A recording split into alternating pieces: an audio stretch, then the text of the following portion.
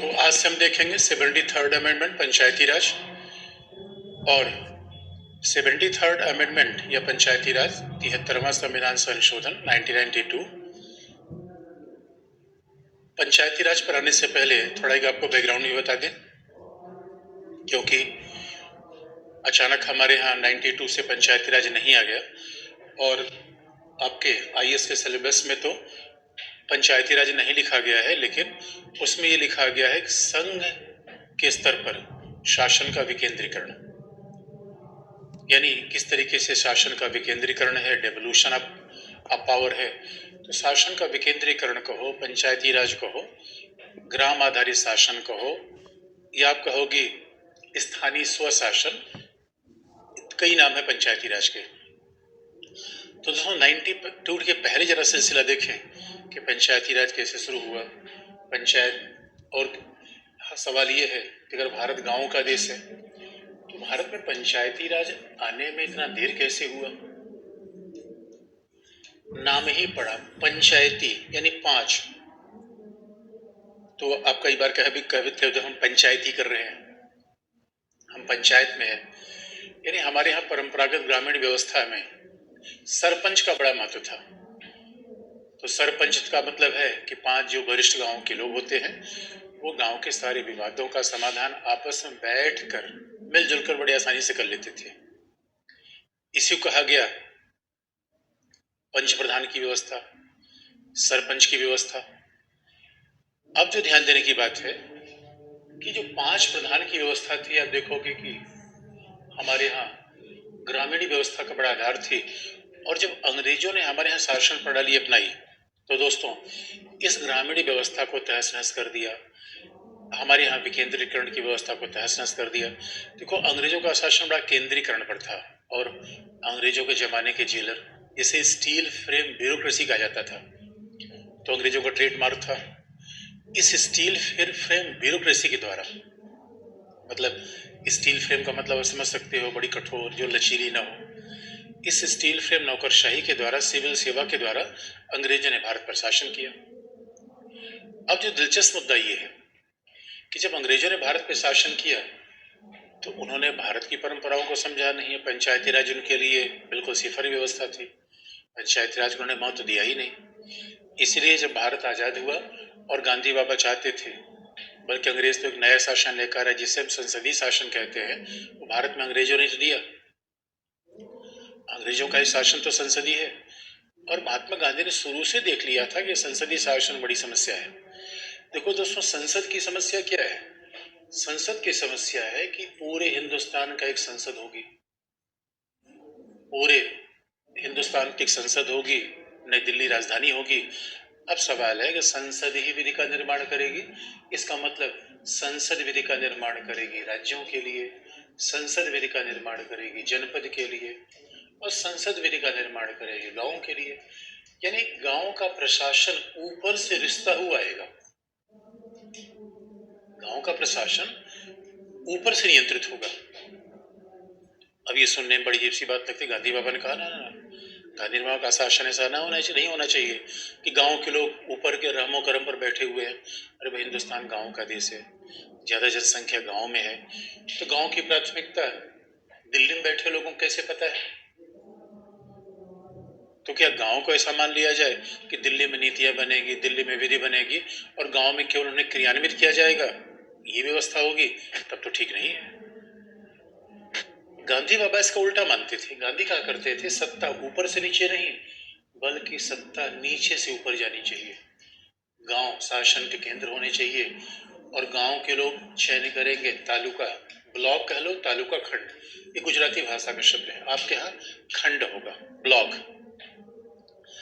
तो गांव के लोग चयन करेंगे तालुका का, तालुका के लोग चयन करेंगे जनपद का, जनपद के लोग चयन करेंगे प्रांत का, और फिर पूरे भारत का निर्वाचन होगा। इसलिए दोस्तों, गांधी के पूरे शासन में पार्टी की कोई गुंजाइश ही नहीं थी। और जरा सोच के देखिए, शासन सत्ता केंद्र में गांव होते, यानी आम जनता, गांव के लोग निर्वाचित करते हैं कि हमारे तालुका के रिप्रेजेंटेटिव कौन है, सारे हिंदुस्तानी सारे जनपद के तालुका के लोग चयन करते कि जनपद के रिप्रेजेंटेटिव कौन है, उस प्रांत के सारे जनपद के लोग तय करते कि प्रांत में कौन होगा, और अब पूरे भारत के प्रांत के लोग मिलकर तय करते कि भारत में कौन शासन करेगा। अब इसमें पार्टी की आवश्यकता पड़ती ही नहीं। और होता क्या कि गांव शासन शक्ति के मूल केंद्र बने रहते, लेकिन भारत में ऐसा नहीं हुआ। भारत में तो अंग्रेजों का ये शासन था, यही चलता रहा। गांधी ने इसी मॉडल पे ऑब्जेक्शन हमेशा किया था। गांधी ने कहा था इसमें शक्ति का केंद्रीकरण होता है, इसमें शासन सत्ता का एक केंद्र है, इसमें पार्टी सिस्टम आएगा, इसमें नौकरशाही आएगी। इसलिए दोस्तों, जब देश आजाद हुआ तो गांधी बाबा ने कहा, भाई पहले सिविल सेवा खत्म करो। जब देश को आजादी मिली तो गांधी ने कहा पहले तो नौकरशाही भंग करो, नौकरशाही बेकार का इंस्टीट्यूशन है। अब जब देश को आजादी मिली तो उन्होंने कहा पहले कांग्रेस पार्टी भंग करो। अरे कांग्रेस पार्टी सेवा के लिए थी, सत्ता प्राप्त करने के लिए नहीं। इसको सेवा के संगठन के रूप में होना चाहिए। लेकिन दोस्तों, गांधीवादी दृष्टि स्वतंत्र भारत के लिए कितनी उपयोगी थी, इस बारे में विवाद आ गया, क्योंकि संविधान सभा में डॉक्टर अम्बेडकर बैठे थे। डॉक्टर अम्बेडकर गांधी के तरीके को नहीं मानते थे। डॉक्टर अम्बेडकर से पूछा गया आप क्या कहेंगे, तो उन्होंने कहा भाई तुम्हें संसदीय शासन ठीक है, केंद्रीकरण होना चाहिए। सरदार पटेल से पूछा गया, सरदार पटेल ने कहा देखो भाई, गांधी का तरीका खराब नहीं है, अच्छा है, लेकिन जो व्यवहारिक आवश्यकताएं थी, जो भारत के सामने समस्याएं थी, जब देश आजाद हुआ तो एक तरफ क्षेत्रीय विषमता थी, पाकिस्तान अपने आप में आक्रमण को आमादा था, पूर्वोत्तर में नागा उपद्रवी समस्या थी, कश्मीर की समस्या अलग थी। ऐसे भारत में गांधी के सपने से शासन को इकट्ठा करना बड़ा मुश्किल था। और जरा सोच के देखे, 550 देसी रियासतों पर सरदार पटेल ने भारत में एक करा दिया, तब ये तो केवल नैतिकता के माध्यम से तो नहीं हुआ। उसके लिए पटेल ने साम दाम दंड भेद सारी तरीके की नीति अपनाई, और जो प्रशासन में आवश्यक होता है। इसलिए दोस्तों देखिए, गांधी का सपना था, इसमें एक सच्चाई है, लेकिन बाकी लोग जो आपत्ति व्यक्त कर रहे थे उनको भी दरकिनार हम नहीं कर सकते। और हकीकत बात, दुनिया में कोई एक विचार परफेक्ट होता ही नहीं। अगर हमें एक ही विचार परफेक्ट लग रहा है तो दोस्तों, हमारे नजरिए में ही कहीं खामी है। इसलिए हमें हर विचारों के अच्छे तत्व लेने को तैयार होना चाहिए। तो गांधी बाबा का ये विचार, अब ये हुआ कि संविधान जब निर्माण हो रहा था तो संविधान सभा में गांधीवादी भी थे, डॉक्टर अम्बेडकर भी थे, श्री नारायण अग्रवाल, एस.एन. अग्रवाल गांधीवादी थे, संसदीय लोकतंत्र के समर्थक लोग थे, नेहरू जैसे लोग संसदीय लोकतंत्र की हिमायत करते थे। तो ये पता चला कि भाई देखो, हम संविधान में, इसीलिए संविधान के निदेशक तत्व में पंचायती राज का आधार लिख दिया गया। संविधान के निदेशक तत्व में अनुच्छेद 40 में ये लिख दिया गया कि पंचायतों का स्वायत्त शासन के रूप में विकास किया जाएगा। जैसे जैसे सरकारें आगे बढ़ेंगी, हम डिसेंट्रलाइजेशन करेंगे, विकेंद्रीकरण करेंगे। इसका मतलब संविधान सभा ने कहा गांधी बाबा का सपना स्वीकार किया जाएगा, लेकिन थोड़ा भी जो भारत की परिस्थितियां हैं, थोड़ा पहले घर ठीक ठाक तो कर लें। क्योंकि दोस्तों, एक कहावत है, आंधी आवे बैठ गवावे। तो आजादी के बाद तो आंधी चल रही थी हमारे यहाँ, यानी आपातकाल था, प्रतिकूल परिस्थितियां थी। और आप याद रखो दोस्तों, भाई प्रतिकूल परिस्थिति हो, पहले तो अपने आप को संभालो, आदर्श बाद में मिलेगा। तो ऐसा नहीं, गांधी को हमने इनकार कर दिया। हमने रखा कि भाई संसदीय शासन अपना रहे हैं, संघात्मक शासन अपना रहे हैं, और फिर उसके बाद हम गांधीवादी व्यवस्था को भी अपनाएंगे। अब उसके बाद आप देखो दोस्तों, जब देश आजाद हुआ तो संसदीय शासन चला, और एक तरफ गांव के विकास के लिए सामुदायिक विकास योजना की शुरुआत की गई। तो नहीं, एक तरफ नेहरू के दो तरीके थे, एक तरफ तो पूरे देश के विकास के लिए भारी औद्योगिकरण के नीति पर चल रहे थे, हैवी इंडस्ट्रियलाइजेशन, जिससे भारत भी उद्योग का केंद्र हो जाए, लोगों को नौकरी मिले। लेकिन दूसरी तरफ ग्रामीण विकास के लिए संघ सरकार के द्वारा अमेरिका के सहयोग से सामुदायिक विकास कार्यक्रम अपनाया गया, कम्युनिटी डेवलपमेंट कार्यक्रम अपनाया गया। और सामुदायिक विकास कार्यक्रम के द्वारा यह प्रयास किया गया कि ग्रामीण जनता का, कृषि की पर आधारित जनता का कैसे जीवन उत्थान किया जाए। क्योंकि दोस्तों, डेमोक्रेसी में तुम्हें न्याय करने की आवश्यकता थी। अब न्याय के बिना कैसे होता, तो हम प्रयास करने लगे। अब कम्युनिटी डेवलपमेंट प्रोग्राम आया, जिसके द्वारा ग्रामीण विकास के लक्ष्य रखा गया, और 1952 में ये कम्युनिटी विकास कार्यक्रम आगे बढ़ा। लेकिन बाद में रियलाइज किया गया कि सामुदायिक विकास कार्यक्रम उतना सफल नहीं हुआ। तो नेहरू सरकार ने क्या किया, बलवंत राय मेहता समिति का गठन कर दिया। वो गुजरात के कांग्रेस के नेता थे, बलवंत राय मेहता समिति का गठन किया और इनसे ये पूछा कि आखिर में सामुदायिक विकास कार्यक्रम विफल क्यों हो रहा है। और बलवंत राय मेहता ने बड़ी दिलचस्प रिपोर्ट निकाल दी। बलवंत राय मेहता कमेटी ने कहा, देखिए भाई, सामुदायिक विकास इसलिए विफल हो रहा है कि आप गांव का विकास करना चाहते हो, लेकिन आप लग्गी से घास काट रहे हो। अब सवाल यह है, गांव का विकास करना चाहते हो लेकिन डीएम साहब के माध्यम से करना चाहते हो, प्रशासन के माध्यम से करना चाहते हो। अरे गांव का विकास करना है तो ग्रामीण जनता के माध्यम से करो। अच्छा, हमारे यहाँ एक बड़ी दुर्भाग्य की बात ये रही दोस्तों, ग्रामीण जनता को मूर्ख समझ लिया गया। अभी भी आप देखें, थोड़े जो पढ़े लिखे लोग हैं गांव के किसान को समझते हैं, ये तो मूर्ख है, अब हम तो एमबीए करके आ गए, यहाँ पढ़ के आ गए। दोस्तों, गांव के चलते फिरते किसान में क्या ज्ञान है पर्यावरण का, मौसम का, कृषि का, और वो सदियों से स्थानांतरित हो रहा है। जल प्रबंधन का बड़ा दुर्भाग्य का विषय है कि हम वाटर मैनेजमेंट के लिए लंदन और इसराइल से सीखने जाते हैं। हमें वाटर मैनेजमेंट के लंदन इसराइल जाने की आवश्यकता नहीं है। अरे हमारी परंपरा में गांव में कितनी बढ़िया तरकीब है। इसलिए जो बच्चों में बात थी, बलवंत राय मेहता कमेटी ने कहा कि अरे जब तक ग्रामीण जनता को आप शामिल नहीं करें, ग्रामीण जनता से पूछे विकास कैसा होना चाहिए। अच्छा, इस मामले में चीन का माओवादी नेता माओ, चीन के माओवाद का संस्थापक जिसे माओ से तुंग, माओ डेजांग कहा जाता है, उसने कहा था कि भैया ये काम कम्युनिस्ट पार्टी के जितने लोग हैं पहले गांव में जाएं, गांव के लोगों से सीखें कि विकास क्या होता है, गांव के लोगों से सीख कर आए फिर कोई काम करें। शहर में रखे गांव लोगों को मत बताइए। और दोस्तों, शहरी बाबुओं ने क्या समझ लिया, थोड़ा पैंट शर्ट क्या पहन लिया तो गांव के लोग भाई धोती कुर्ता पहने आदमी है, ये तो मूर्ख ही होगा। ऐसा नहीं था। तो बलवंत राय मेहता कमेटी ने कहा कि भाई गांव के लोगों को शामिल करिए। तो उनसे पूछा, गांव के लोगों को शामिल करें कैसे? तो उन्होंने कहा, पंचायती राज को 3 स्तर पर लागू कर दीजिए। इसलिए भारत में पंचायती राज का प्रयोग किया जाए, ये बात पहली बार बलवंत राय मेहता समिति ने अनुशंसा की कि आजाद भारत में संसदीय शासन के साथ, संसदीय शासन चल रहा है, संघात्मक शासन चल रहा है, पंचायती राज को लागू कर दीजिए। इसका मतलब ये व्यवस्थाएं आपस में विरोधी हैं ऐसा नहीं है, साथ साथ चल सकती हैं। अब बलवंत राय मेहता कमेटी से कहा गया भाई 3 स्तर की पंचायत होगी और पंचायत के चुनाव होंगे, लागू हो गया।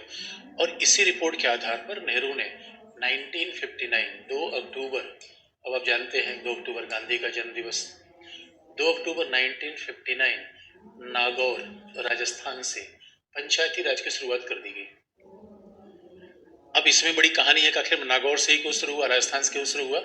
नागौर में एक बड़ा पशु मेला भी लगता है राजस्थान में, और वहाँ के एक सांसद थे जो नेहरू के बड़े निकट के मित्र थे, और उन्होंने ही नेहरू का आमंत्रण दिया कि आप आइए इस मेले में देखिए और यहीं से पंचायती राज का शिलान्यास करिए। और नेहरू ने कहा भाई का भारत के लिए एक ऐतिहासिक मौका है, बड़ा दिन है, और भारत में सही में ये बड़ा दिन था क्योंकि हमने पंचायती राज की शुरुआत कर दी। बात ध्यान देना है कि जब 1959 में पंचायती राज की शुरुआत हमने की तो उसके लिए कोई संविधान में बदलाव नहीं किया, यानी पंचायती राज को हमने एक तरीके से शुरुआत कर दिया एक प्रशासन के अभिकरण के रूप में। उसमें थोड़ी समस्या भी थी, चुनाव समय पर होगा इसका कोई मैनेजमेंट नहीं था, पैसा मिलेगा इसका कोई मैनेजमेंट नहीं था, थोड़ी खामियां तो थी, लेकिन शुरुआत होनी बड़ी बात थी। लेकिन दोस्तों, तब तक 1960 का दशक, पंचायती राज शुरू तो कर दिया, लेकिन 1960 का दशक जो था वो भारत के लिए बड़ा खतरनाक था, डेंजरस डिकेड्स था। क्यों? 1962 में भारत चीन युद्ध हो गया। आप देखोगे 1965 में भारत पाकिस्तान युद्ध, 1965 में भारत पाकिस्तान युद्ध हो गया। उसके बाद आप जानते हो दोस्तों, नए नए अभी घर बनाना शुरू किया था और पहले मार झगड़े हो गए। तो दोस्तों, लड़ाई में तो सबके नुकसान होते हैं। अब पता है, नया नया अभी आज़ादी मिली थी, सोचा था कि नया घर बनाएंगे, दिल्ली को पेरिस बना देंगे, लेकिन पाकिस्तान चीन के कारण हम एक नए वार में उलझ गए। और आप जानते हैं सारी परिस्थितियों के कारण सूखा भी 65 में आ गया, अर्थव्यवस्था खतरनाक कंडीशन में पहुंच गई, इसलिए बड़ा डेंजरस डिकेट हुआ। पंचायती राज का भी प्रयोग थोड़ा सा हाशिए पर आ गया। और संयोग की बात ही 64 में नेहरू की मृत्यु हो गई। तो नेहरू की मृत्यु के बाद पंचायती राज थोड़ा सा शिथिल पड़ गया। हमने शुरू तो कर दिया, आगे बढ़ नहीं पाया। लेकिन पंचायती राज के विकास का दूसरा चरण,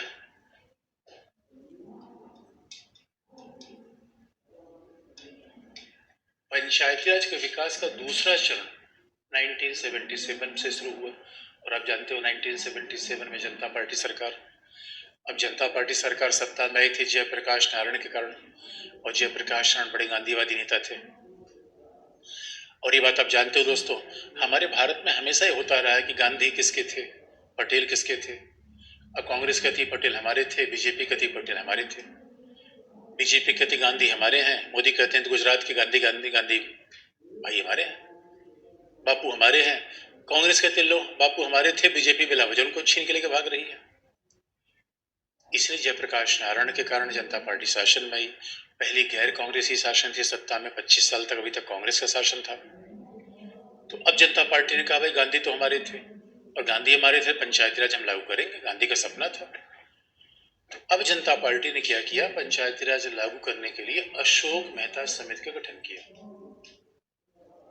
और संयोग की बात है, ये भी गुजराती भाई, अशोक मेहता समिति गठन के अभी नेता थे, जनता पार्टी के पहले कांग्रेस में थे। और अशोक मेहता समिति ने कहा कि पंचायती राज को बेहतर करने के लिए जनता पार्टी ने पूछा भाई अब बताओ पंचायती राज को अच्छा कैसे किया जाए। तो अशोक मेहता समिति ने कहा देखो भाई अच्छा करना है पंचायती राज को तो 2 स्तर का पंचायत अपनाओ। आपको याद होगा बलवंत राय मेहता कमेटी ने कहा 3 स्तर का पंचायत, अरे भाई सरकार नहीं थी, कमेटी नहीं थी, कुछ तो नया होना ही था। तो इन्होंने कहा कि 3 स्तर का नहीं 2 स्तर का पंचायत अपना लो। 2 स्तर का पंचायत, तो इनसे पूछा गया 2 स्तर कौन सा होगा, तो उन्होंने कहा कि एक होगा जनपद, एक होगा मंडल। मंडल मतलब ब्लॉक, इन्होंने गांव का आधार नहीं बताया। 2 स्तर का पंचायत होगा, एक मंडल होगा, मंडल का मतलब गांव का समूह, ब्लॉक, और एक जनपद।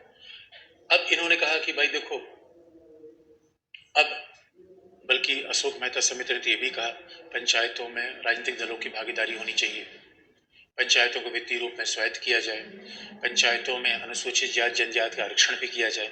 तो अशोक मेहता ने काफी लंबी लिस्ट बता दी कैसे पंचायतों को बेहतर किया जाए। पर खास तौर पर पार्टी को ले आना अपने आप में इंटरेस्टिंग पार्ट था, क्योंकि गांधी जी पार्टी के बड़े विरोधी थे। गांधी बाबा को लगता था कि पार्टी में आम आदमी की पहुंच हो नहीं पाती, और ये बात काफी हद तक सही है दोस्तों। कई बार हम सोचते हैं कि पार्टी आई डेमोक्रेसी आ जाएगी, भाई पार्टी में तो प्रभावशाली लोग ही आ पाते हैं। लेकिन अशोक मेहता समिति ने बात कही थी पार्टी को भी पंचायती राज में लाया जाए, पंचायती राज का सही समय पर चुनाव कराने की व्यवस्था की जाए, वित्त दिया जाए, अनुसूचित जाति जनजाति का आरक्षण किया जाए, जिससे पंचायतों को मजबूत बनाया जा सके। लेकिन हकीकत की बात यह थी कि जनता पार्टी सरकार तूफान की तरह ही अधिक तरह गई, कुल मिलाकर लड़खड़ा कर गिर गई। और क्योंकि जनता पार्टी सरकार, उधर मोरारजी भाई देसाई प्रधानमंत्री बने थे, चौधरी चरण सिंह उनकी टांग खींचने को तैयार थे। तो चौधरी चरण सिंह ने एक मुद्दा उठा दिया, क्योंकि मोरारजी भाई देसाई का समर्थन करने वाली सरकार में जनसंघ भी था, जनसंघ मतलब बीजेपी का पिता। अब उसमें चौधरी चरण सिंह ने मुद्दा उठा दिया, आडवाणी और अटल बिहारी वाजपेयी दोनों सरकार में शामिल थे, जनता पार्टी सरकार में, मोरारजी भाई देसाई प्रधानमंत्री थे। अब चौधरी चरण सिंह ने पूछा जनसंघ के नेताओं से, भाई ये बताओ आप किसके मेंबर हो, आरएसएस के मेंबर हो या जनता पार्टी के या जनसंघ के। तो देखिए जनसंघ, इन्होंने कहा भाई जनसंघ एक पार्टी है, आरएसएस एक कल्चरल ऑर्गेनाइजेशन है, सांस्कृतिक संगठन है। तो ये सवाल ही गलत पूछना है, और चूंकि तकनीकी रूप में कोई व्यक्ति 2 पार्टी का मेंबर नहीं हो सकता, 2 दबाव समूह के सदस्य आप हो सकते हैं, 2 राजनीतिक दलों के मेंबर को एक साथ नहीं हो सकता, ये भारत में बना है। तो अभी चौधरी चरण सिंह ने कहा ना ना आप तो 2 पॉलिटिकल पार्टी के मेंबर हो, आरएसएस भी पार्टी, जनसंघ भी पार्टी। कहा भाई ऐसा नहीं है। और हुआ क्या, चौधरी चरण सिंह ने सरकार समर्थन खींच लिया, सरकार भरा भरा कर गिर गई। और जब सरकार गिर गई तो अब चौधरी चरण सिंह प्रधानमंत्री बन गए। ये डेपो 6 महीने तक ही प्रधानमंत्री रहे, सदन में अपना बहुमत सिद्ध नहीं कर पाए। लेकिन आप जानते हो कि इसके लिए जनता पार्टी सरकार पंचायती राज को बहुत प्रभावी बना नहीं पाई, और न ही उससे समय था अशोक मेहता समिति की रिपोर्ट लागू करने में। लेकिन जनता पार्टी सरकार गिरने के बाद भी ये माना जाता है कि 77 के बाद पंचायती राज के विकास का दूसरा चरण शुरू हुआ, क्योंकि जहां पर गैर कांग्रेसी शासन थे, क्योंकि अब देखो दोस्तों कांग्रेस का इस आधार पर विरोध किया गया कि कांग्रेस गांधी को केवल कहती है, गांधी की बात मानती नहीं, और देखो गैर कांग्रेसी शासन दल है गांधी की बात भी मानते हैं। तो जहां गैर कांग्रेसी शासन था, जैसे पश्चिम बंगाल, जैसे कि कर्नाटका बाद में, कर्नाटका, फिर केरल, इन राज्यों ने पंचायती राज को प्रभावी रूप में लागू करने का प्रयास किया। तो 77 के बाद माना जाता है कि जो गैर कांग्रेसी राज्य थे उन्होंने पंचायती राज को प्रभावी रूप में लागू करने का प्रयास किया, लेकिन जनता पार्टी सरकार तो बहुत अच्छी तरीके से शासन में रह नहीं पाई। अब उसका अगला आधार देखा गया। 1980 में इंदिरा गांधी सत्ता में आई। 1977 में जनता पार्टी सरकार गिर गई, चौधरी चरण सिंह भी हट गए। उसके बाद इंदिरा गांधी फिर सत्ता में वापस आ गई और इंदिरा गांधी ने कहा, देखो भाई, ये सब जो विपक्षी दल है शासन करना जानते नहीं, अभी तो कांग्रेस के बूते की बात है, शासन कर सकती है। अब इंदिरा गांधी के बाद फिर पंचायती राज का मुद्दा भी थोड़ा सा ठंडे बस्ते में चला गया, क्योंकि इंदिरा गांधी के लिए कहा जाता है कि थोड़ा सा शक्तियों के केंद्रीकरण में विश्वास ज्यादा रखती थी, विकेंद्रीकरण में उनकी उतनी दिलचस्पी थी नहीं। लेकिन जैसे 1984 में राजीव गांधी आए और राजीव गांधी का तो अप्रत्याशित बहुमत था। अभी कमाल की बात थी, संजय गांधी सत्ता में आना चाहते थे, उनकी वायु दुर्घटना मृत्यु हो गई, राजीव गांधी को सत्ता में आना पड़ा, जबकि वो दिल्ली से जयपुर की जहाज उड़ाया करते थे। अब 84 में 400 ज्यादा सीटें राजीव गांधी को मिली। इंदिरा गांधी की हत्या के बाद चुनाव हुआ, जनता की बड़ी सहानुभूति आई। तो 1984 में जब राजीव गांधी सरकार आई, तब उन्होंने लोकसभा में क्या किया, पंचायती राज को प्रभावी बनाने के लिए लक्ष्मीमल सिंघवी समिति का गठन किया। लक्ष्मीमल सिंघवी वकील थे, सांसद भी थे। अभिषेक मनु सिंघवी के पिताजी, अभी भी अभिषेक मनु सिंघवी के नाम अगर आप सुनते होंगे, बड़े प्रसिद्ध वकील हैं, उन्हीं के पिता एलन सिंघवी, लक्ष्मीमल सिंघवी। तो लक्ष्मीमल सिंघवी समिति का गठन किया राजीव गांधी सरकार ने और कहा कि बताइए पंचायती राज कैसे प्रभावशाली होगा, जरा उपाय बताइए। तो लक्ष्मीमल सिंघवी समिति ने कहा, भाई देखो, 3 स्तर की पंचायत बता दो, 3 स्तर की पंचायत बना दो। और लक्ष्मीमल सिंघवी समिति ने कहा, पार्टी वोटी को रिप्रेजेंटेशन देने की आवश्यकता नहीं है, एक काम किया जाए, हाँ आरक्षण आप दे सकते हैं, बाकी आप उनको पैसा दे सकते हैं, लेकिन उसके लिए काम करना पड़ेगा, क्योंकि पंचायती राज को संवैधानिक आधार दो। तो लक्ष्मीमल सिंघवी समिति ने कहा, पंचायती राज को पहले संविधान में शामिल करिए, तब बात बनेगी। क्योंकि जब विधि नहीं होगी और जब कोई संविधान का आधार नहीं होगा, इसको कोई गंभीरता से नहीं लेगा, जो चाहेगा जब हटा देगा, चाहे लागू कर देगा, इसकी व्यवस्थाएं पटरी पर आ नहीं पाएंगी। इसे आप काम करिए कि संविधान को आधार दे दीजिए। ये बात लक्ष्मीमल सिंघवी समिति ने कही। बाद में थुंगन समिति, पी.के. थुंगन, जो एक पार्लियामेंट्री कमेटी थी, तो पी.के. थुंगन समिति ने भी ये बात कही कि हाँ ठीक है, लक्ष्मीमल सिंघवी समिति की बात ठीक है, इसको भी पंचायती राज को संवैधानिक आधार दिया जाए। तो पी.के. थुंगन समिति ने बात कह दी और इसी आधार पर राजीव गांधी ने क्या किया, लोकसभा में 64वां संविधान संशोधन पारित करवा लिया, क्योंकि लोकसभा में तो उनका प्रचंड बहुमत था, जो आज तक कभी किसी के पास नहीं था। नहीं, राजीव गांधी को जितनी सीटें मिली लोकसभा में, तो नेहरू को नहीं मिली थी ना, 400 ज्यादा।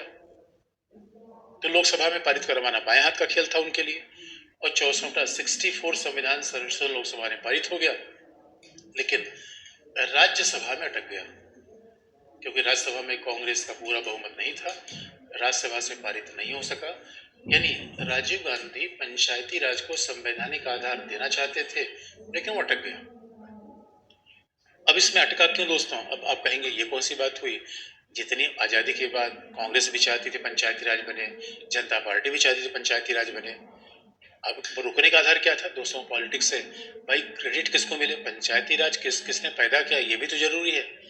किसको ये सम्मान मिले, किसको क्रेडिट मिले, किसने पैदा किया, इस आधार पर पॉलिटिक्स तो होती है। तो पारित हो नहीं पाया।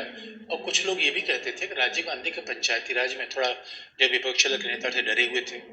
विपक्षी दल के लोगों ने कहा, सोचा भाई अभी तो वैसे इनको 400 सीट है और कल के लिए ये क्या कर रहे हैं, पंचायती राज को ऐसा लगा रहे हैं कि पंचायती राज का संबंध सीधा हो जाए, यानी संघ सरकार का संबंध गांव से हो जाए, उसमें राज्य सरकारें बाईपास हो रही है। कुछ लोगों ने कहा, ना भाई ये सिस्टम तो ठीक नहीं है।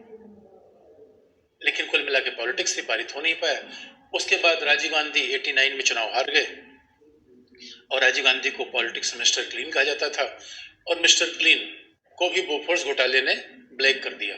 तो दोस्तों, पॉलिटिक्स, इंडिया में पॉलिटिक्स ऐसी है कि जब भी कोई पॉलिटिक्स में आएगा तो कोई यहाँ स्वच्छ रह नहीं पाता, दाग लग ही जाते हैं। यद्यपि आज तक बोफोर्स घोटाला साबित हो नहीं पाया, लेकिन फिर भी लोगों ने कहा बोफोर्स घोटाला, जिसके ऊपर घोटाले भारत में लगे बहुत कम साबित हो पाए। कोर्ट में तो जैसे कुछ ही लालू प्रसाद यादव के खिलाफ साबित हो गया, बाकी तो कोर्ट में साबित हो ही नहीं पाता। लेकिन आप जानते हैं चुनाव तो जनता की मर्जी पे हो जाता है, जनता को लगता है भ्रष्टाचार हो गया। तो अब राजीव गांधी 89 में सरकार चली गई, बीपी सिंह सरकार आई। अब बीपी सिंह सरकार के पास अपने ही मैनेजमेंट का समय नहीं था। बीपी सिंह सरकार घिरी हुई थी, चौधरी देवीलाल अलग थे, बीपी सिंह अलग थे, और बीपी सिंह सरकार को बीजेपी कम्युनिस्ट ने बाहर समर्थन दे रखा था। तो बीपी सिंह सरकार चल नहीं पाई, इसे ये भी अपने विरोधों के कारण गिरी। इसलिए 1991 में नरसिंह राव प्रधानमंत्री बने। बड़ा हिस्टोरिकल मौका था। 1991 में नरसिंह राव प्रधानमंत्री बने, और संयोग की बात है वो प्रधानमंत्री जो कभी सोचा नहीं होगा प्रधानमंत्री बन जाए, नरसिंह राव। तो राजीव गांधी की हत्या हो गई। राजीव गांधी की हत्या के बाद अब ये हुआ कि कांग्रेस सबसे बड़े दल के रूप में आ गया। 91 में बहुमत नहीं मिला था, कांग्रेस को 240 सीट ही थी। लेकिन अब सवाल है कि किसको प्रधानमंत्री बनाया जाए। राजीव गांधी की हत्या हो गई तो पहला फोन गया शंकर दयाल शर्मा के पास, तत्कालीन मध्य प्रदेश के मुख्यमंत्री। शंकर दयाल शर्मा ने मना कर दिया। शंकर दयाल शर्मा ने कहा भाई देखो, प्रधानमंत्री का बड़ा पद है, मेरा स्वास्थ्य इजाजत नहीं दे रहा है, मैं इस पद पे नहीं बैठ सकता, इनकार कर दिया। उसके बाद शंकर इनके पास नरसिंह राव के पास कॉल आ गई, जबकि नरसिंह राव उस समय रिटायर्ड हो गए थे, और नरसिंह राव प्रधानमंत्री बन गए। और संयोग की बात थी कि जब प्रधानमंत्री बने तो उसी के बाद 1992 में 73rd अमेंडमेंट आया और पंचायती राज को संवैधानिक आधार दे दिया गया। अब और पंचायती राज को रखा गया संविधान के भाग 9, और इसके लिए 11वीं अनुसूची अलग से बनाई गई। अब एक बात आपको अटपटी लगेगी, सर मतलब संविधान में अगर 10 अनुसूचियां थी, भाई पहले मूल संविधान में 8 थी, 9वीं अनुसूची जोड़ी गई भूमि सुधार के लिए पहले संविधान संशोधन से, 10वीं अनुसूची गई 52वें संविधान संशोधन से दल बदल, 11वीं अनुसूची गई 73वें संविधान संशोधन से। तो आप कहोगे कि सर नवा भाग कैसे आएगा? अरे भाई, जो संविधान में 92 में जो भाग जुड़ रहा है वो 23वें भाग में जाना चाहिए या 22 के किसी ABC में जाना चाहिए। ये तो 9वें भाग में जा रहा है, क्योंकि हकीकत की बात है कि 1956 में जब 4 श्रेणी के राज्य खत्म किए गए थे, उसी के बाद से 9वां भाग खाली था। ये वो भाई 9वें भाग में पंचायती राज को रख दो, क्योंकि संविधान में 4 श्रेणी के पहले राज्य थे, आपको याद होगा 56 में उनको 1 श्रेणी का बना दिया गया, तो 9वां भाग खाली था, तो 9वें भाग में पंचायती राज को शामिल कर दिया गया। पंचायती राज अब 9वें भाग में शामिल हो गया, और यहीं से संविधान का आधार यानी पंचायती राज संवैधानिक हो गया। पंचायती राज नया नहीं था, उसका संवैधानिक आधार नया था। लेकिन आप पूछोगे सर ये बताओ कि पंचायती राज के संवैधानिक आधारों से क्या फर्क पड़ गया? तो उसमें फर्क इतना पड़ गया कि देखो, जब कोई संविधान में प्रावधान होता है तो उसको हटाना थोड़ा कठिन हो जाता है, वो प्रभावी हो जाता है, पहली बात। दूसरा, अगर कोई बात संविधान में शामिल हो गई तो स्वाभाविक रूप में उसमें फिर संसद की विधि बनाने का अधिकार होगा, और पूरे देश में एक समरूप विधि का निर्माण होगा, दूसरा फायदा होता है।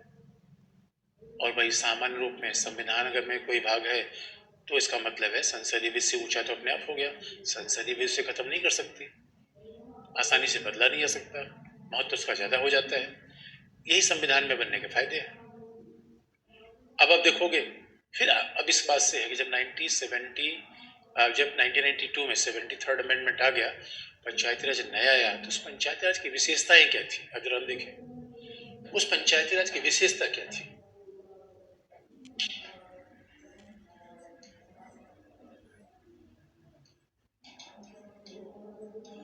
73वां संविधान संशोधन, ये नया पंचायती राज, उसकी विशेषता क्या है दोस्तों? विशेषता हम इस तरीके से देख सकते हैं, फिर एक एक का खास तौर पे ध्यान रखेंगे। विशेषता क्या थी? अब आप याद रखिए, त्रिस्तरीय पंचायती राज।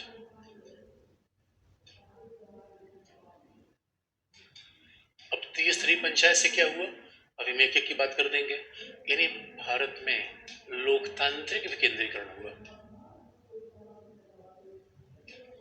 इसके द्वारा डेमोक्रेटिक डिसेंट्रलाइजेशन हुआ, त्रिस्तरीय पंचायत बनी। और इसकी विशेषता क्या आई? पंचायतों को स्वायत्तता प्रदान की गई, यानी कुछ स्वायत्त शक्तियां दी गई। ये विकेंद्रीकरण का परिणाम था। और पंचायतों को 29 विषय दिए गए, 11वीं सूची से 29 विषय दिए गए, जिस पर पंचायतों को योजनाओं के निर्माण और ग्रामीण विकास का काम दिया गया। तो पहले विशेषता एक बार देख लें। ग्रामीण विकास कार्य दिया गया, 29 विषय दिए गए, बड़ी बात थी। और आप ये देखिए, पंचायतों को वित्तीय स्वायत्तता प्रदान की गई। केवल स्वायत्त शक्तियां नहीं, बल्कि पंचायतों को थोड़ा वित्तीय स्वायत्तता प्रदान की गई। यानी अब पंचायतों के पास अपना पैसा भी आ गया। यानी सरपंच होना केवल महत्व तो नहीं रहा कि गांव के मुखिया हो गए, बड़े हो गए, बस इसी बात से सरपंच का मतलब नहीं रहा। अब तो दोस्तों सरपंच के अकाउंट में लगभग 2 करोड़ रुपए साल में आ जाते हैं। 1 करोड़ तो आ ही जाता है, यानी सीधा पैसा उसके अकाउंट में आ रहा है। यानी पहले सरपंच होने का मतलब क्या होता है? सरपंच कहिए, मुखिया कहिए, प्रधान कहिए, अलग अलग जगह अलग अलग नाम कहा जाता है, बात वही है। पहले सरपंच का मतलब होता था भाई गांव में एक प्रतिष्ठा का पद है, सम्मान का पद है। लेकिन दोस्तों आप समझ लो, सम्मान प्रतिष्ठा होकर क्या होगा जब एटीएम में कुछ ठीक ठाक नहीं होगा। और एटीएम ठीक ठाक हो जाए, सम्मान प्रतिष्ठा तो अपने आप आ जाती है। तो अभी कहा गया वित्तीय स्वायत्तता दी जाएगी। इसीलिए पंचायत में क्या हुआ? 73वें संविधान संशोधन से राज्य वित्त आयोग बना। राज्य वित्त आयोग, ध्यान देने की है, राज्य वित्त आयोग। और इस लोकतांत्रिक विकेंद्रीकरण के लिए राज्य निर्वाचन आयोग का प्रावधान किया गया। ये बात ध्यान रखने की है दोस्तों कि राज्य निर्वाचन आयोग, इलेक्शन कमीशन ऑफ इंडिया नहीं, इलेक्शन कमीशन ऑफ इंडिया नहीं, राज्य निर्वाचन आयोग। और राज्य निर्वाचन आयोग संवैधानिक संस्था, इस काम केवल पंचायत के चुनाव कराना है। राज्य निर्वाचन आयोग का काम लोकसभा विधानसभा चुनाव से होता ही नहीं, ये बात ध्यान में रखने की है। स्टेट इलेक्शन कमीशन, इसका निर्माण 73rd अमेंडमेंट से आया। राज्य वित्त आयोग, ये अनुच्छेद 280 वाला वित्त आयोग नहीं है, ये राज्य वित्त आयोग है, जिसका काम यह है कि किस तरीके से राज्य पंचायतों के बीच टैक्स का वितरण, पंचायतों को कौन सा टैक्सेशन दिया जाए, पंचायतों की वित्तीय स्थिति कैसे अच्छी की जाए। तो अब जरा सोच के देखिए, 73rd अमेंडमेंट दोस्तों कितनी बात कर रहा है? लोकतांत्रिक विकेंद्रीकरण कर रहा है, पंचायतों को स्वायत्त शक्तियां दे रहा है, 29 विषय दे रहा है। और अब राज्य वित्त आयोग आ गया। और इतना ही नहीं, ये भी ध्यान रखने की है दोस्तों, देखो हमारे यहाँ जब डेमोक्रेसी में खास बात होती है तो पंचायत का पर्पज क्या है? गांव का विकास। अगर आप कहोगे पंचायत का पर्पज चुनाव है, नहीं दोस्तों, आप हमेशा याद रखना, लोकतंत्र में चुनाव माध्यम होता है, चुनाव के बिना डेमोक्रेसी चलती नहीं है। लेकिन केवल चुनाव लोकतंत्र का पर्याप्त आधार नहीं है। अरे जब तक गरीबी न दूर हो, लोगों को घर न बने, रोजगार न मिले, तो दोस्तों चुनाव करके क्या करेंगे? इसलिए आप याद रखो, सामाजिक न्याय, निदेशक तत्व को भूलना नहीं है। अरे भारतीय संविधान निर्माताओं का पर्पज क्या था? अंग्रेजों से आजादी लेना या नए भारत का निर्माण करना। अगर नए भारत का निर्माण करना पर्पज था तो स्वाभाविक रूप में फिर तो निर्वाचन ही पर्याप्त नहीं है। इसलिए हमारे यहाँ सामाजिक परिवर्तन, लैंगिक परिवर्तन, क्योंकि ये बात ध्यान में रखने के, इसलिए डॉक्टर अम्बेडकर शुरू से पंचायती राज के विरोधी हुआ करते थे। गांधी शुरू से पंचायती राज के समर्थक थे। तो डॉक्टर अम्बेडकर कहा करते थे, भाई पंचायती रहेंगे तो गांव गरीबों को कौन सुनेगा? पंचायतों में तो गांव में जाति व्यवस्था बड़ी हावी है, उच्च जाति के लोग सारे संसाधनों पर नियंत्रण कर लेंगे। तो आम आदमी, इसलिए डॉक्टर अम्बेडकर तो यहाँ तक कहते थे, हो सके तो दलितों गांव छोड़ देना चाहिए, शहर में आना चाहिए। लेकिन अब देखिए किस तरीके से पंचायतों को ऐसा प्रावधान किया गया कि पंचायतों को लिए किया गया शक्ति और वित्त का फायदा सभी समूह तक पहुंचे। इसका केवल कुछ ही मुट्ठी भर लोग फायदा न उठा लें। इसलिए क्या किया गया? अब पंचायतों में आरक्षण के प्रावधान किए गए, यानी पंचायतों के माध्यम से किया गया अब लैंगिक सशक्तिकरण होगा। कितना बड़ी क्रांति थी दोस्तों,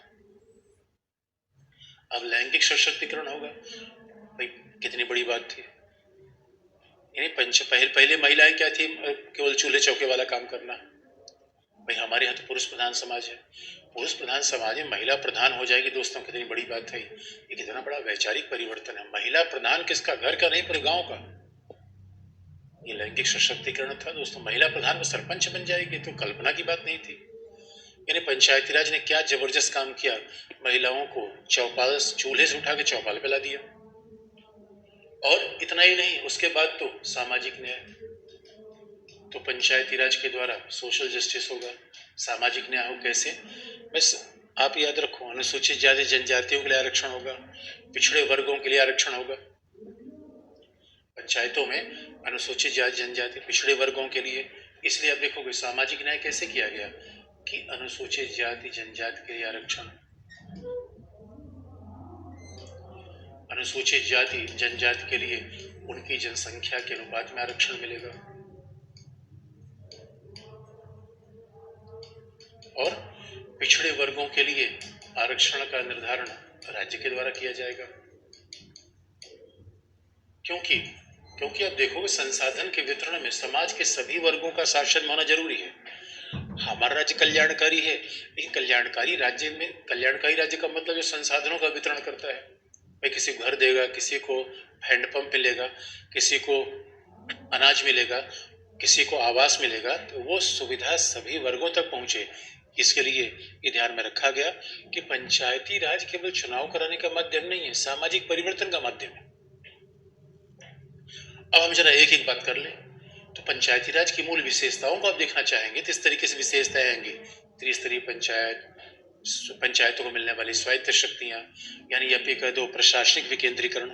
ये पॉलिटिकल डिसेंट्रलाइजेशन है। ये क्या है, एडमिनिस्ट्रेटिव डिसेंट्रलाइजेशन, प्रशासनिक विकेंद्रीकरण है।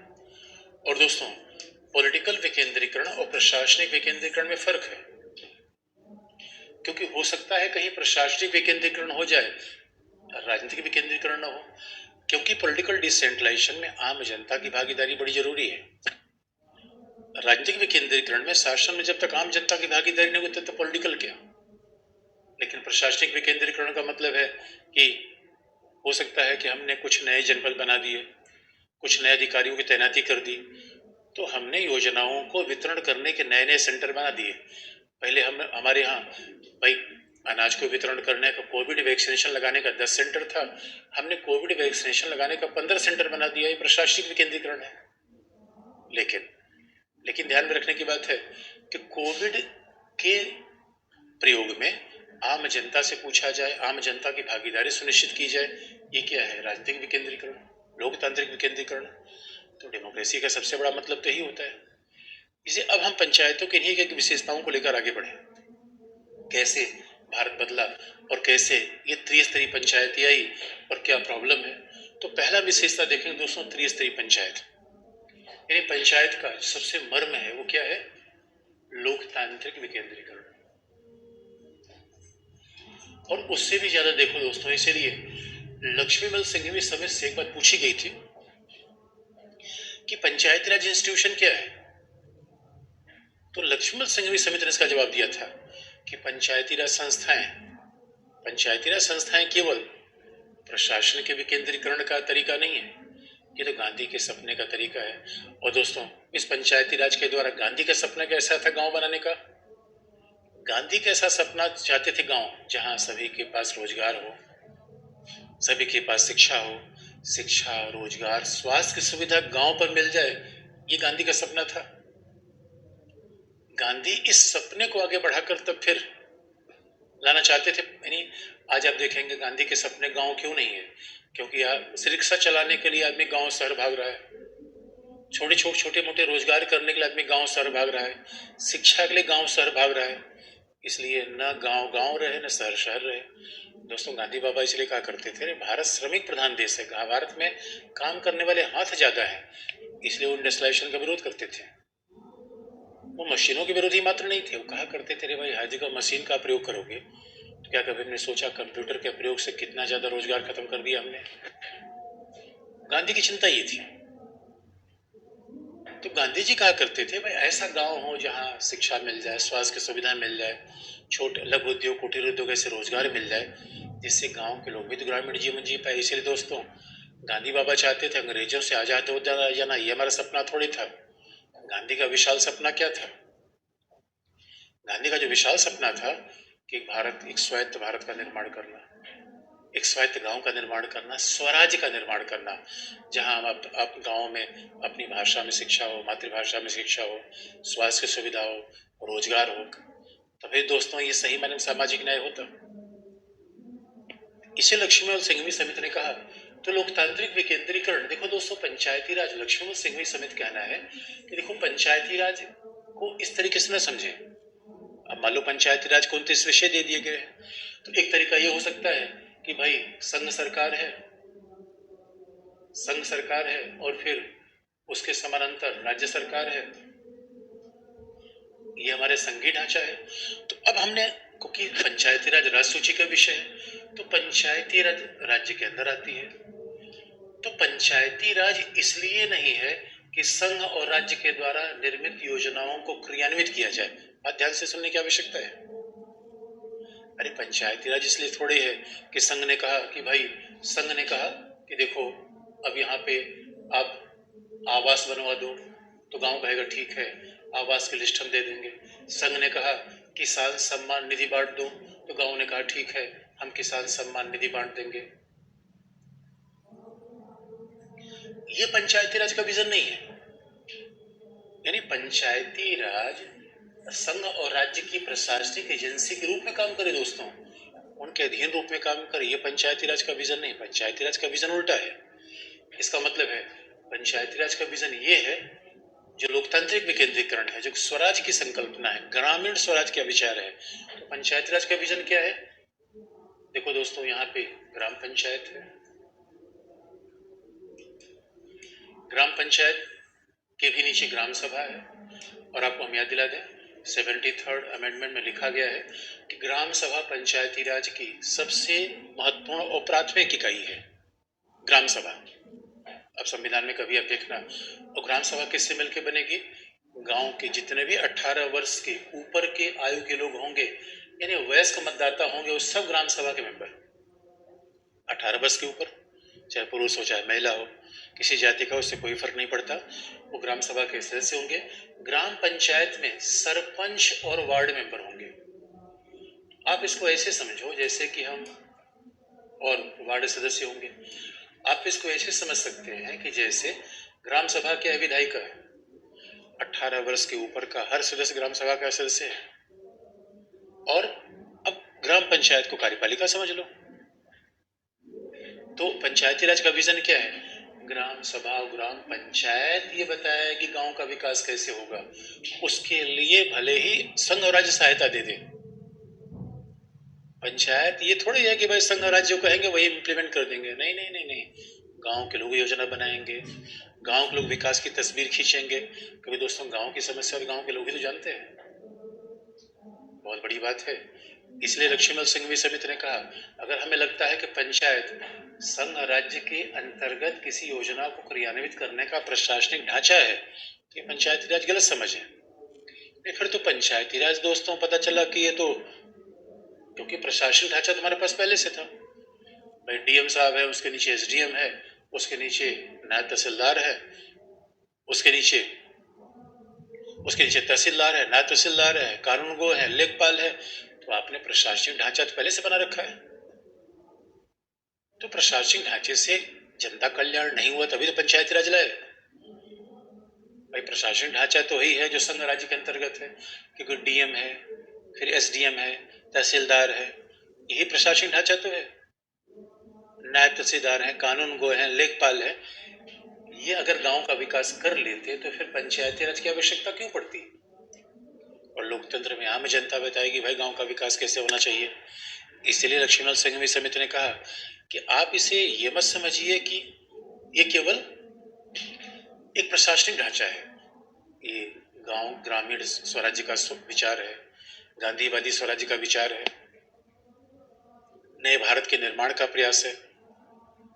इसलिए ग्राम सभा, ग्राम सभा नहीं, गांव की संसद है।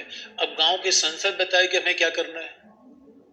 और दोस्तों, जब हम संसद पढ़ते हैं, लोकसभा राज्यसभा से पढ़ते हैं विधि का निर्माण कैसे होता है, ये वाचन, फिर उसके बाद संकल्प प्रस्ताव। अरे दोस्तों, गांव के लोगों को क्या पता है कि संविधान में कितने भाग है, कितने अनुच्छेद है? गांव के लोगों को पता क्या है कि संकल्प प्रस्ताव में अंतर क्या है?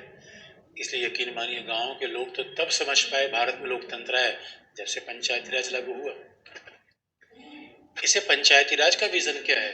ये ग्राम पंचायत ये तय करेगी कि भाई गांव का विकास कैसे होगा। बात याद रखिए, ग्राम पंचायत तय करे ग्रामीण विकास कैसे होगा। ये ग्राम पंचायत तय करेगी कि गांव की योजनाएं, विकास की योजनाएं कैसे बनेंगी।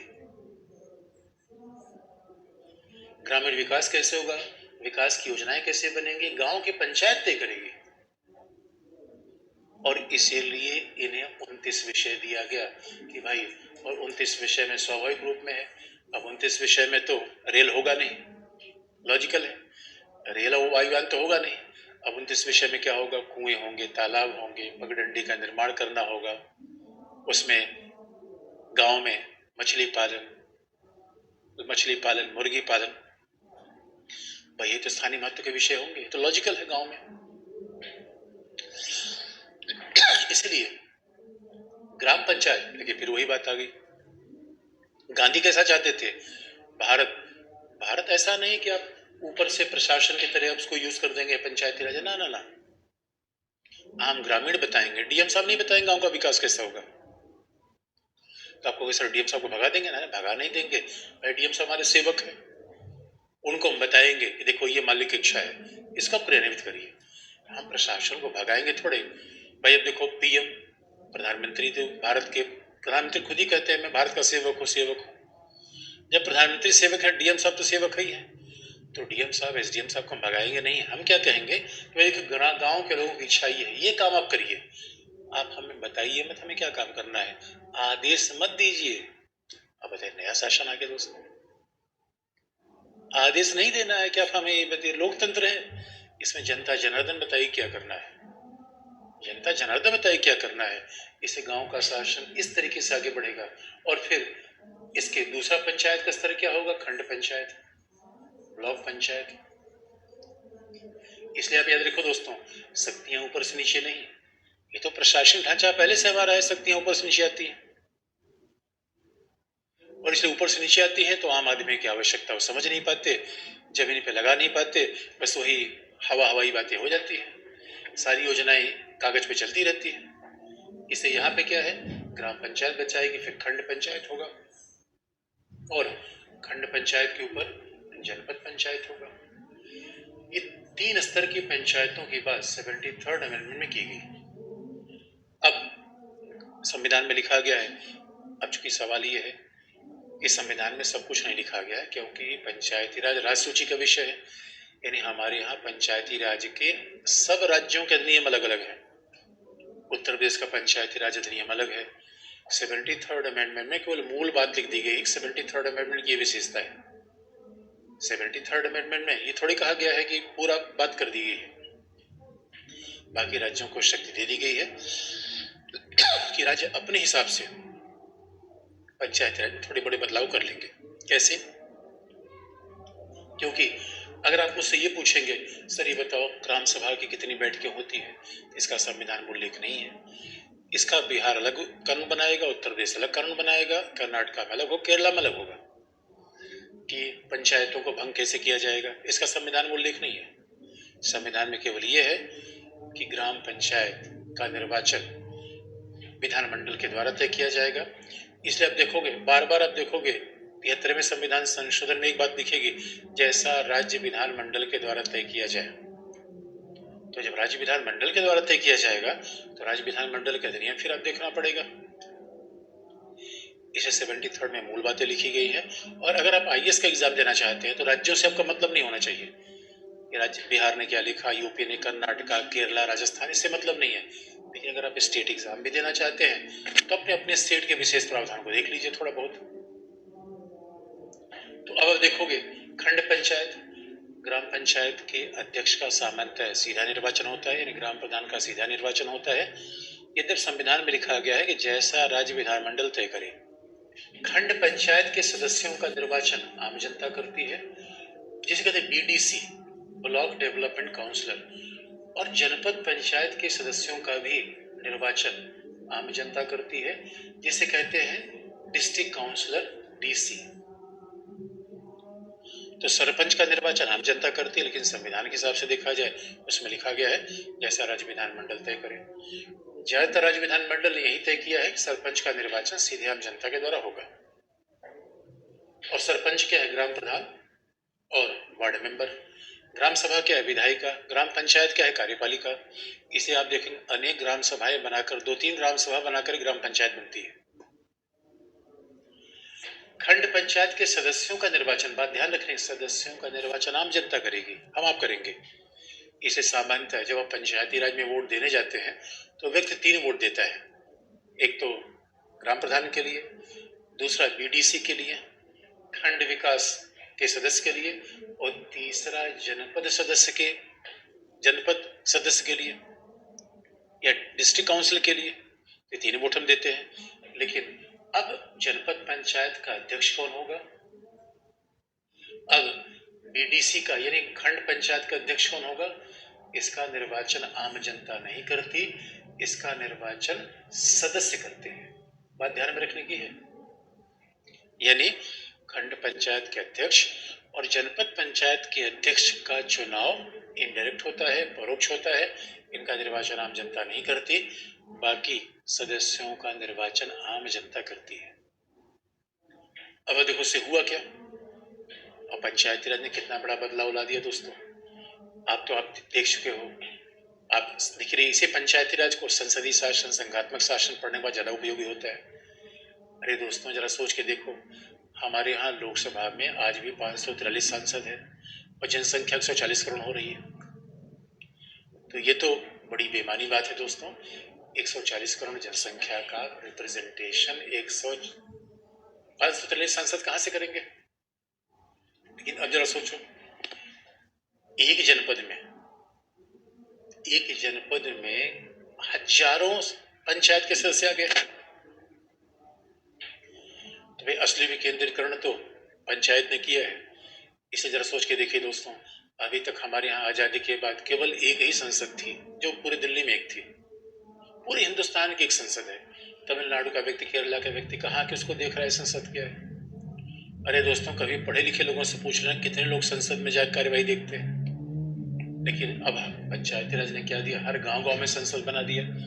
इसे यकीन मानो, पंचायती राज के आने से लगभग 30 लाख जनता के प्रतिनिधि शासन भागीदारी कर रहे हैं।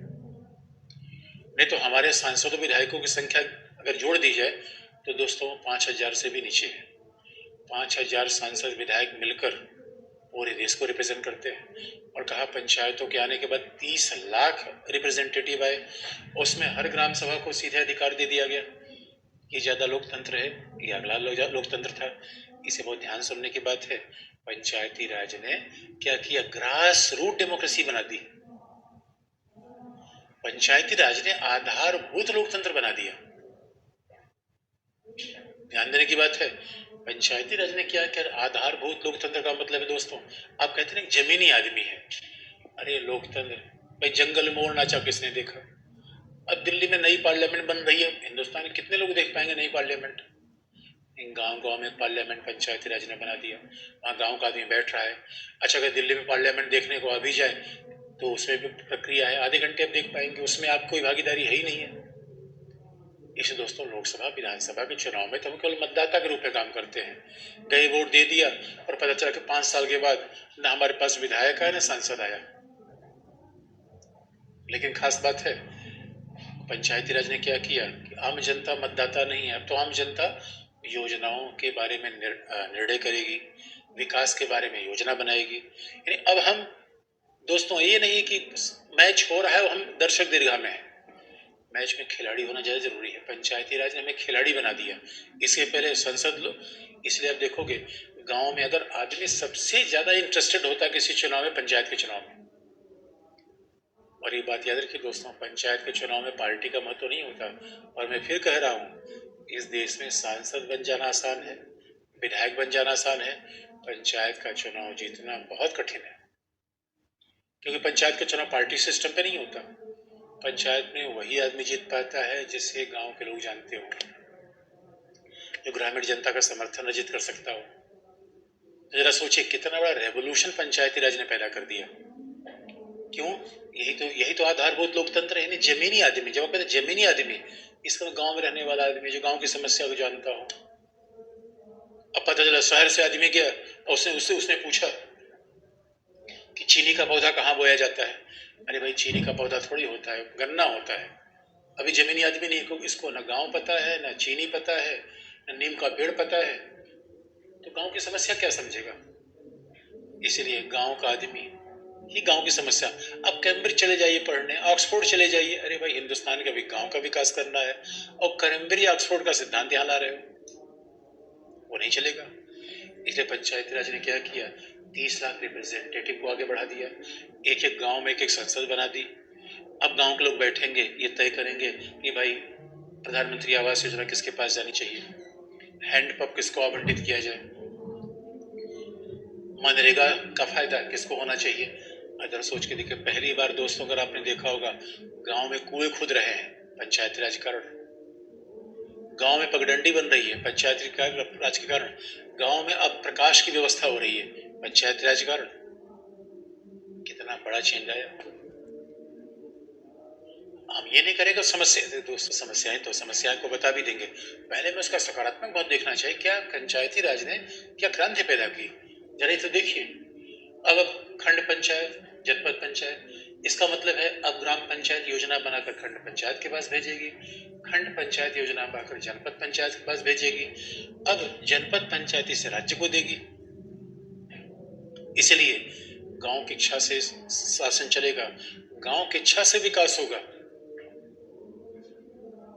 यही तो है पंचायती राज का मूल विजन, यही तो है लोकतांत्रिक विकेंद्रीकरण। इसलिए आप देखो दोस्तों, इसका मतलब है प्रशासनिक विकेंद्रीकरण तो हमारे पहले से था, और जब तक लोकतांत्रिक विकेंद्रीकरण नहीं होगा, प्रशासनिक विकेंद्रीकरण नहीं होगा। क्यों? क्योंकि आज की डेट में अब जब जनपद पंचायत का अध्यक्ष ये जनता का निर्वाचित व्यक्ति है, तो भाई जब जनता के निर्वाचित व्यक्तियों का पार्टिसिपेशन बढ़ेगा तो प्रशासन भी तो जनता की इच्छा के हिसाब से संचालित होगा। तो प्रशासन जनता के हिसाब से ही संचालित होगा।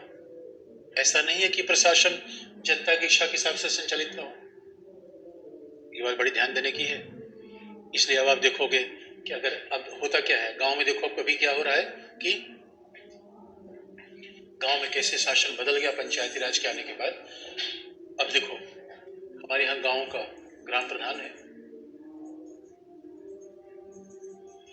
ग्राम प्रधान, सरपंच, मुखिया, जो भी कह लो, ग्राम प्रधान, और एक है भाई ये तो निर्वाचित व्यक्ति है, आम जनता को रिप्रेजेंट करता है, और दूसरा है ब्लॉक यानी विलेज डेवलपमेंट ऑफिसर, बीडीओ, ग्राम विकास अधिकारी, ये प्रशासनिक अधिकारी है। विलेज डेवलपमेंट ऑफिसर, इन दोनों का ज्वाइंट अकाउंट होता है और जितना पैसा आएगा इनके अकाउंट में आएगा। और उसके बाद पंचायती राज के आने के बाद एक है डीपीआरओ, जनपद पंचायती राज अधिकारी, डिस्ट्रिक्ट पंचायत। अब पहले क्या होता था, डिस्ट्रिक्ट पंचायत राज अधिकारी। पहले तो दोस्तों केवल डीएम साहब सारी बात देखते थे। इसका मतलब पंचायती राज के द्वारा एक जनपद पंचायती राज अधिकारी है, गांव में ग्राम विकास अधिकारी बन गया। तो हमने प्रशासनिक विकेंद्रीकरण भी किया, और अब ये सब अधिकारी निर्वाचित जनता के प्रतिनिधियों के निर्देश के हिसाब से काम करेंगे। हाँ, अब थोड़ा ये आप कह सकते हो कि दोस्तों थोड़ा सा विकेंद्रीकरण में समस्या कहाँ है। विकेंद्रीकरण में समस्या कहाँ है? समस्या भी क्योंकि 29 विषय, क्योंकि आप याद रखो दोस्तों, पंचायती राज सूची का विषय है, इसलिए 243G में ये कहा गया कि पंचायतों को 29 विषय मिलेंगे, लेकिन ये 29 विषय देना न देना राज्यों की जिम्मेदारी है। ये थोड़ा लफड़ा है, और हकीकत की बात ये है, लेकिन यहाँ पे थोड़ा प्रॉब्लम है। मैं ये नहीं कह रहा हूँ कि बस 73वें संविधान संशोधन सारी समस्या हल हो गई है, समस्याएं थोड़ी हैं, क्योंकि अभी 29 विषय तो राज्य देने को तैयार ही नहीं है। हाँ, केरल जैसे राज्य ने सारा 29 विषय दे दिया है। अच्छा, दूसरी बात, अगर राज्य 29 विषय दे भी दे तो एक समस्या है, पंचायतों के पास संसाधन नहीं है। आप याद रखो, ठीक है, पंचायतों को कह दिया गया कि भाई अब सारी गांव का विकास कर लो, तो गांव के विकास करने के लिए पैसा भी तो होना चाहिए। और हकीकत की बात है, पैसे के लिए आज भी पंचायतें राज्य स्तर पर संघ पे निर्भर है। और दोस्तों जानते हो, वित्तीय स्वायत्तता के बिना मामला गड़बड़ होता है। और एक हकीकत की बात यह भी है कि दोस्तों अभी भी जो प्रशासनिक अधिकारी हैं उसमें पंचायतों का नियंत्रण नहीं है। एक बात आप याद रखो, जो प्रशासनिक अधिकारी हैं तभी आपके निर्देश में काम करेंगे जब उनका ट्रांसफर आप कर सकते हो, जब उनके खिलाफ अनुशासनात्मक कार्रवाई कर सकते हो। गांव में 2 अधिकारी काम करता है, एक लेखपाल है, एक बीडीओ है। ग्राम विकास अधिकारी सारे विकास की रूपरेखा तय करेगा, लेखपाल भूमि प्रबंध करेगा, लेकिन ग्राम प्रधान अगर चाहे तो न तो बीडीओ को हटा सकता है न लेखपाल को हटा सकता है। जबकि दोस्तों ऐसा होना नहीं चाहिए। अरे प्रधानमंत्री चाहे तो अपने प्रिंसिपल सेक्रेटरी को हटा सकता है।